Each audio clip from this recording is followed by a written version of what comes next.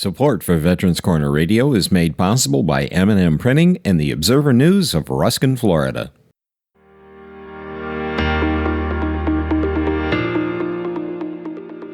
Hello and welcome to Veterans Corner Radio Podcast, information for and about veterans.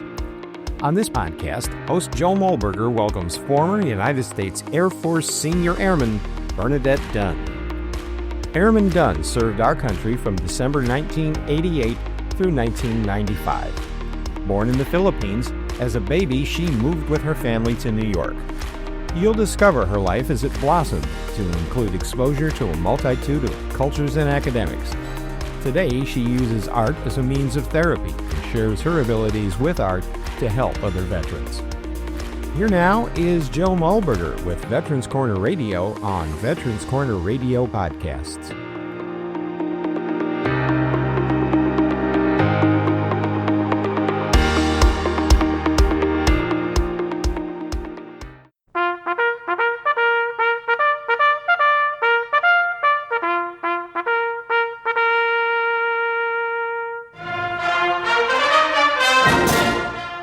Welcome to Veterans Corner Radio, a show dedicated to providing information to all those who have served our country's military and to their families.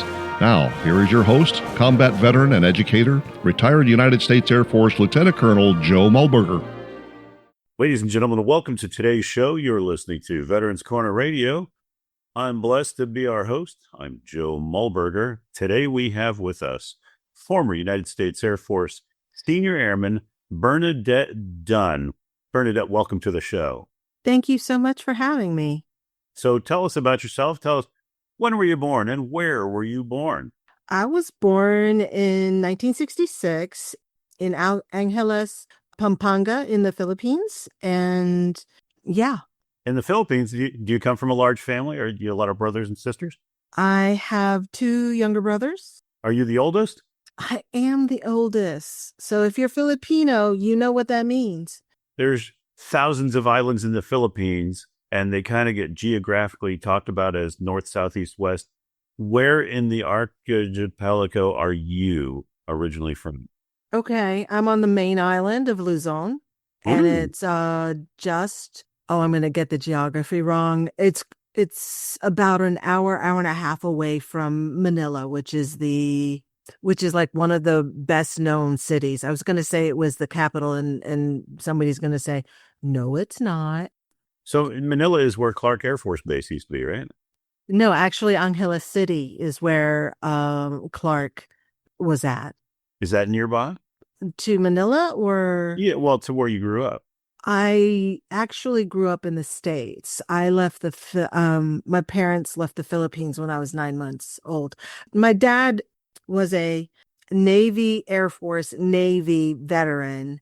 And actually, my mom just informed or told the story yesterday that because I was born as a newborn, my dad's NCOIC went instead of him. And it just so happens that the NCOIC did not make it back. And so I apparently saved my dad's life.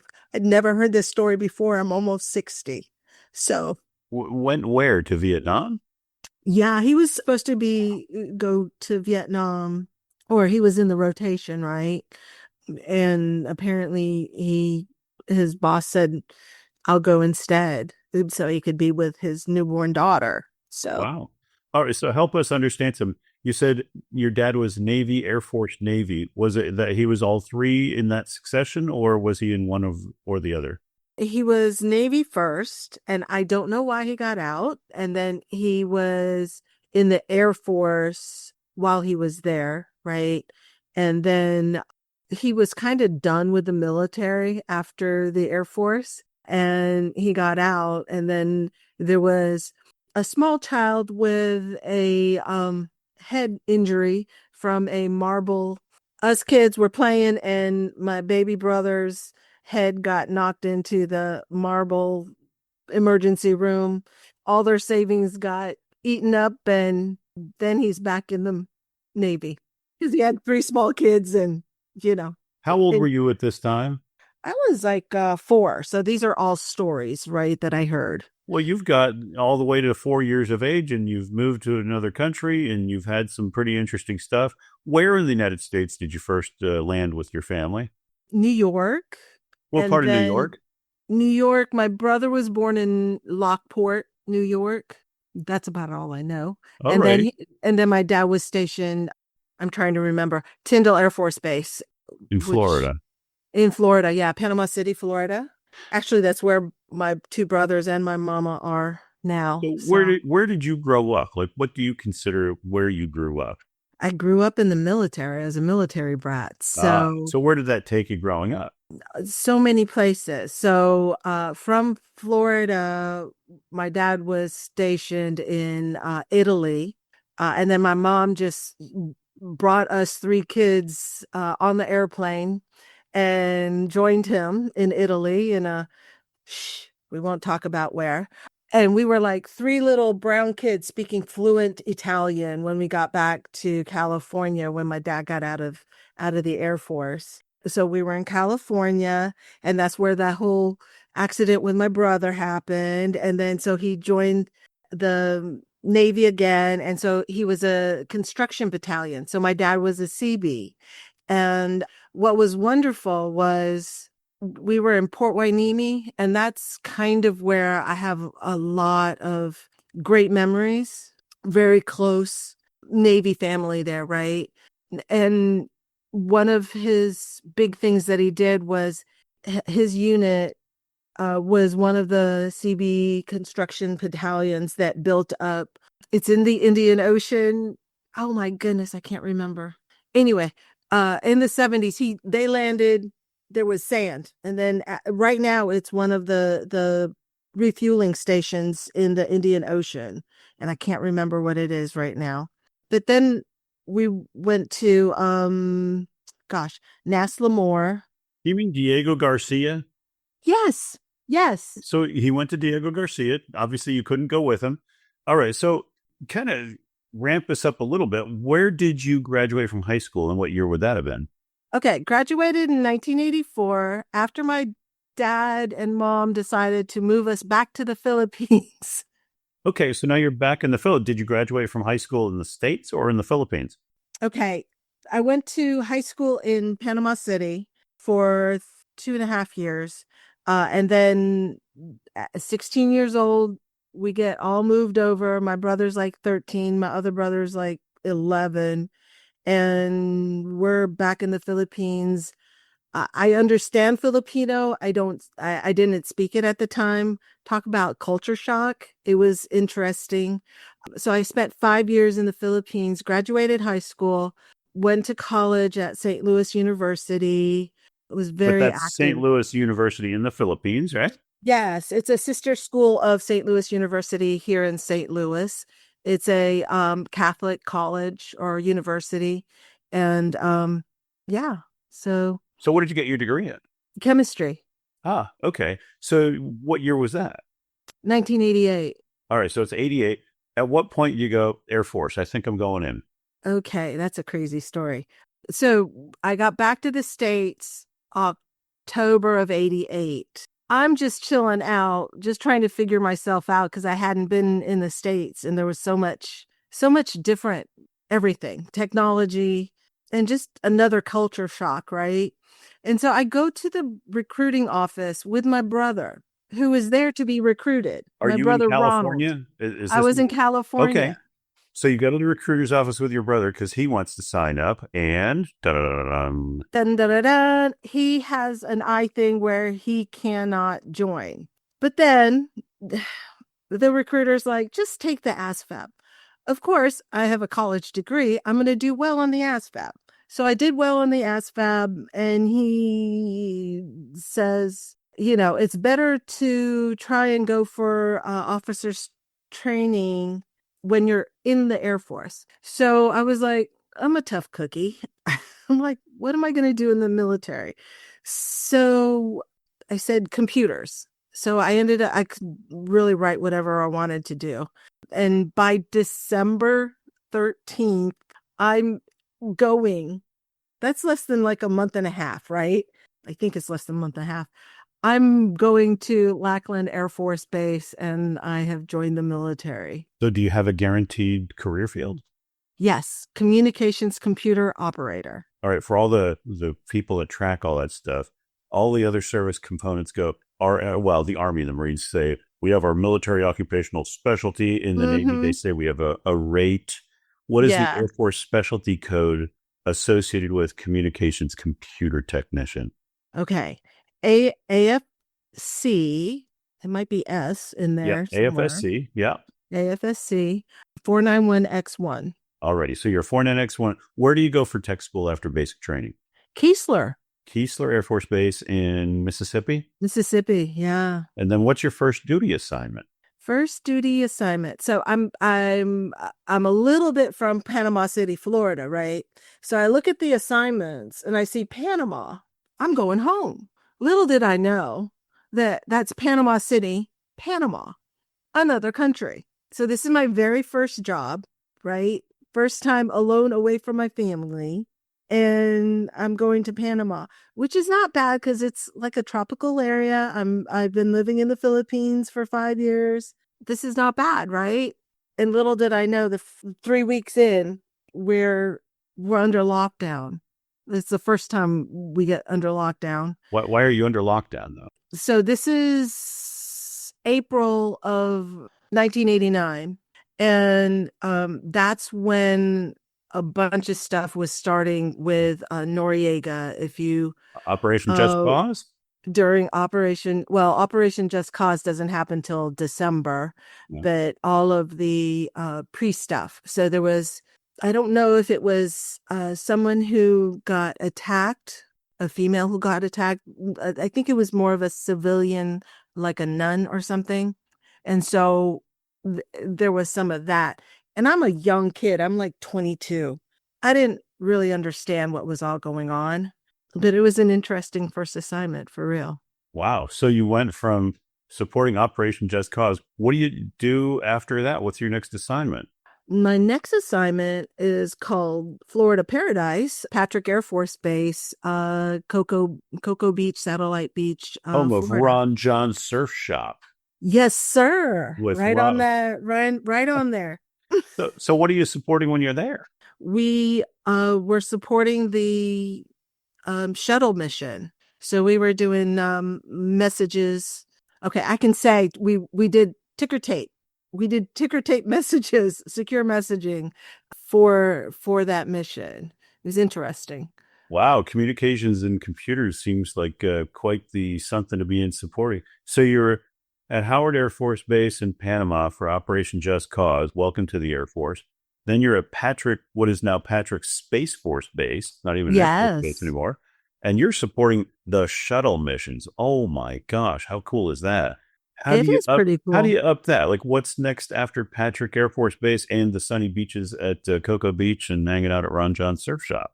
Interestingly enough, my boyfriend got stationed in Korea, Osan Air Force Base. 7 days after he left for Korea, I got orders for Korea. Uh-oh. Well, that'll keep the relationship either going or maybe not. But you end up at Osan. I end up at Osan where another communications. We're doing secure communications. I'm trying to be let's break this down into so it's a lot of exercising. We did a lot of wargaming. If we were to break this down into a 1960s television sitcom, it sounds like you're the person that Maxwell Smart was on TV being a big spy with a bit of humor added, where he would talk into his shoe, and that was his major communication device. So to keep you from having to give away trade secrets, we'll just say that you are the person that has great communications capabilities. You're the person that controls who can talk into their shoes and who can talk into the bubble of security. And I make light of it because you don't want to give away trade secrets. And so here you are doing exercises in Korea that are supporting the big fight that may potentially happen between South and North Korea that we're there for, right? Yes. And so while Okay. I was there, I went to leadership school. Actually, I got to attend leadership school with my husband, Airman Leadership School, and we both graduated. And I guess I should say that 3 months after I got to Korea, we had to have three generals sign off on us being able to get married. My commander, his commander, and then the base commander. So it's interesting what you have to go through to get married overseas. Well, congratulations. So you get married. You're there. Does that mean you have to stay for 2 years now? No, he actually extended for 6 months. So he did 18 months. I did a year. And then we were going to Guam, which would have been like our paradise, and our orders got canceled. So we ended up going to Alamogordo, New Mexico, which is Holloman Air Force Base, supporting the Nighthawks. The F-117s. And what year would that have been, or what time frame? That was 19 April 94. Alrighty. And you did 6 years, right? Yep, little over Yeah. 6. So you're a senior airman. You really got to support some exciting operations. So the Yeah. F-117 had gone over probably after you were there, but had gone Mhm. over with the fight over Kosovo, and that was in 1999. So Mhm. you were a part of some pretty significant stuff. The thing that I really remember that felt significant to me in 1995, right when I was getting out of the military, that was when the FBI building in Oklahoma City was bombed. And the atmosphere there was quite interesting. Wow. So we did not support, I don't think we supported that, but I just remember that was like, you know how you remember significant things from, so that was embedded. And I was kind of glad I was out of the military because I didn't want to be doing that. Yeah, yeah. And then when did you get out? In 1995, it sounds like, right? Yes. So I'm a military brat. So I wanted, I wanted a steady place for my children to grow up.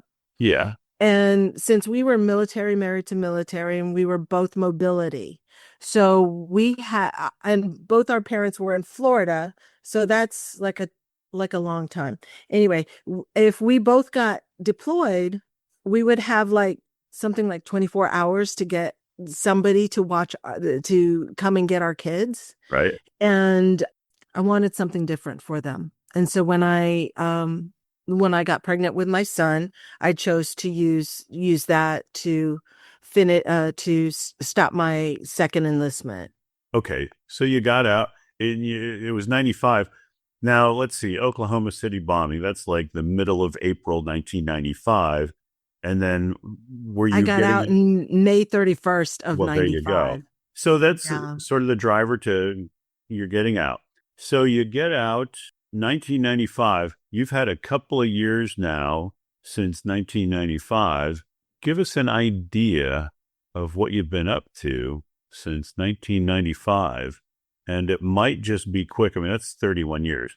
Give us an idea of what have you been doing, say, in the past year? Because it sounds like you're involved in veterans' interests. What's the Yes. key sparkle going on in the life of Bernadette Dunn? So I used art to help myself get over some traumatic things. And so that kind of inspired me to start my own business. I started Be in Joy, Now, how do you and spell that? BEE, Like a like a buzzing bee? honeybee, Yeah. honeybee. And what we do is we help create connective, safe space community for women veterans Is through there a art. website for this? I I have a website that doesn't quite work yet because I'm learning the technology. Ah, Uh, okay. but I do have a phone number, and I do have like Instagram and stuff like that. Well, give us Um, the phone number that folks can call and the Instagram bit. okay. So 813 0023, 813-849-0023. And that will come directly to me. And then my Instagram is at Be Enjoy. Okay. And that's BEEINJOY. Mm-hmm. All right. So what kind of art are we talking about? What are somebody giving you a call? What will they be up to? Okay. So I facilitate. You don't have to know art. What's really wonderful is I help people reconnect with themselves. So what I discovered about myself is I had a hard time reconnecting with myself and others. And through mindfulness in art and color, I started to reconnect with myself. And so that's what I teach. I teach getting to know each other and getting to know yourself. And it's through the feeling of using art supplies to get your feelings on paper or canvas or in a dance or in poetry or in drama, that kind of thing. Is it all from a distance, or do you have a place physically that people go to? Right now I do events out in the world, and I do some volunteering at the VA with the community living center. And Where's that? that's actually at James A. Haley, and What is that? it's it's for So James A. Haley, it's a big VA hospital in here in Tampa, Tampa. Florida. And, Yes. there's people in all 50 states listening to this and in 47 different countries. Yes. There's 2 million people listening to us now, and they're going, the what? Okay, The so what? there's a physical location in Tampa, Florida where you hold this, but people, it sounds like, can learn more by reaching out to you on your phone number and through your Instagram on how they can do things on their own that are parallel to what you're doing. Correct. Because I'm still building out my my programs, right? And this is kind of a new thing. Arts and Minds, Arts and Health. And I am so grateful to be able to work with these veterans. And because I am a veteran, I kind of speak their language, right? And it's kind of fun to see them light up. And one of the things that I do is I let them choose the music if they're there first. And sometimes it's 70s music, sometimes it's hard rock, sometimes it's Perry Como or Elvis. And sometimes they don't do art, but they come and listen to the music, and they just hang out. It's kind of fun. Well, this sounds good. How long does your course of instruction last? It's about an hour. And then when I'm with younger veterans, what I do is I go through breathing exercises, and then we introduce each other, and we work through a handmade journal and do a little bit of painting, a little bit of pen work, that kind of thing. Maybe I read a poem to them. And what's your plan for expanding on all of this? It sounds like you're in the midst of setting yourself up with a website or some. Yes. So Yeah. I've been hanging out with a bunch of really cool people. Yeah. So I want to create some facilitation and create communities out where veterans actually are, right? So I can't be everywhere, but if we can teach and help others, that they can connect with each other and they can hang out with themselves, All right, right? Bernadette, give us the phone number again and give us that. 813 Yeah. 849-0023. And our website will soon be up, www.beeinjoy.com and at beeinjoy.com on Instagram. Excellent. So, here on Veterans Corner Radio, we say that our veterans are worth their value in gold. You've certainly served America. You've done some amazing stuff, various missions that you supported. Since getting out over these past 30 plus years, it sounds like you've gone through some stuff, but you've come out of it on the positive side of things, and you're looking to help other veterans. And boy, I tell you what, there's quite something to have to go through some things, but then it's another thing to turn it around and want to be a help to somebody else. And in your case, many other people. Thank you for doing what you do. And we look forward to hearing more about former senior airman Bernadette Dunn. Thank you for your time today. Thank you, sir. I appreciate this. Ladies and gentlemen, you've been listening to Veterans Corner Radio, and I've been your host, Joe Mulliger. Thanks for listening. You've been listening to Veterans Corner Radio with your host, retired United States Air Force Lieutenant Colonel Joe Mulberger. The views expressed on this program are those of Joe and his guests and our opinions based on the best available information. In matters of law or governmental regulation, it will always be best to check with the appropriate agency. Thanks for listening, and we hope you'll join us for the next program on Veterans Corner Radio. Here's a quick final thought. If you're enjoying these podcasts, why not take a minute to subscribe or mark Veterans Corner Radio as a favorite? It's easy, and you'll be set to be among the first to find out when new podcasts are published. And thanks again for listening to Veterans Corner Radio.